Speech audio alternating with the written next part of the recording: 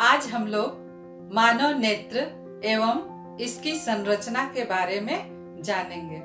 हमारे शरीर में 5 ज्ञानेंद्रियां होती है: आँख, नाक, कान, जीभ और त्वचा। इनमें से सबसे महत्वपूर्ण ज्ञानेंद्रियां हमारी आंखें होती है, जिसकी सहायता से हम लोग किसी भी वस्तु को देख पाते हैं। किसी वस्तु को हम लोग तभी देख पाते हैं जब उससे आती प्रकाश किरणें हमारे नेत्र यानी कि आंख से होकर प्रवेश करती है।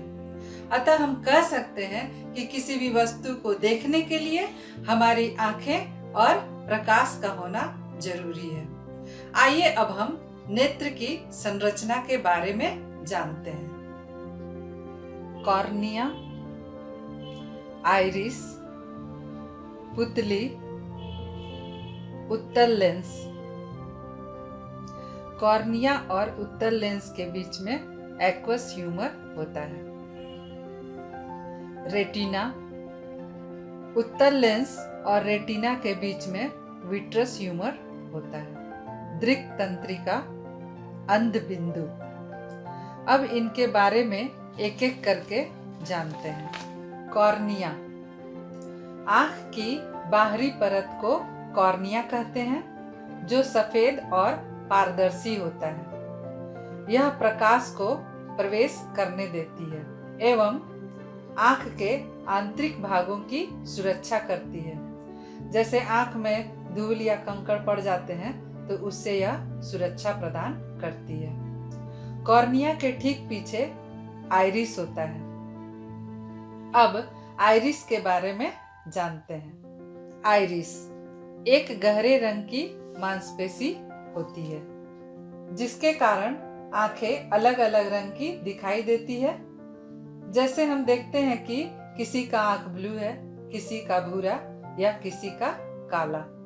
आइरिस के बीच में एक छोटा द्वार होता है, जिसे पुतली कहते हैं। आइए अब हम पुतली के बारे में जानते हैं। पुतली यह काले रंग का दिखाई देता है। यह ज्यादा प्रकाश में छोटा हो जाता है और कम प्रकाश में बड़ा हो जाता है। पुतली के आकार को आइरिस नियंत्रित करता है। जब पुतली से प्रकाश आगे बढ़ती है तो लेंस पर पड़ती है।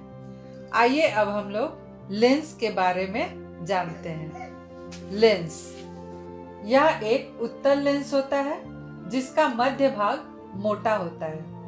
लेंस प्रकाश को आंख के पिछले भाग में स्थित रेटिना पर केंद्रित करता है। लेंस के आकार के बदलने के कारण ही हम दूर और नजदीक की वस्तुओं को आसानी से देख पाते हैं। लेंस को सिलियरी मांसपेशियां पकड़े रहती है। सिलियरी मांसपेशियां लेंस के आकार को बदल भी सकती है। आइए अब हम लोग रेटिना के बारे में जानते हैं। रेटिना आँख की आंतरिक संरचना होती है। किसी वस्तु से आने वाली प्रकाश किरणें जो आँख के अंदर प्रवेश करती है, वह कॉर्निया, आइरिस, पुतली और लेंस से गुजरते हुए रेटिना पर केंद्रित होती है और वस्तु का प्रतिबिंब बनता है। रेटिना अनेक तंत्रिका कोशिकाओं का बना होता है। यह कोशिकाएं केंद्रित प्रकाश को अनुभव करती है, फिर अनुभव की गई संवेदनाओं को दृक् तंत्रिकाओं द्वारा मस्तिष्क तक पहुंचाया जाता है। मस्तिष्क द्वारा इस अनुभव को वस्तु के प्रतिबिंब के रूप में परिवर्तित किया जाता है। दृक् तंत्रिकाओं तथा रेटिना की संधि पर जहां कोई तंत्रिका कोशिका नहीं होती तथा वहां कोई प्रतिबिंब नहीं बनता है, उस जगह को अंध बिंदु कहते हैं।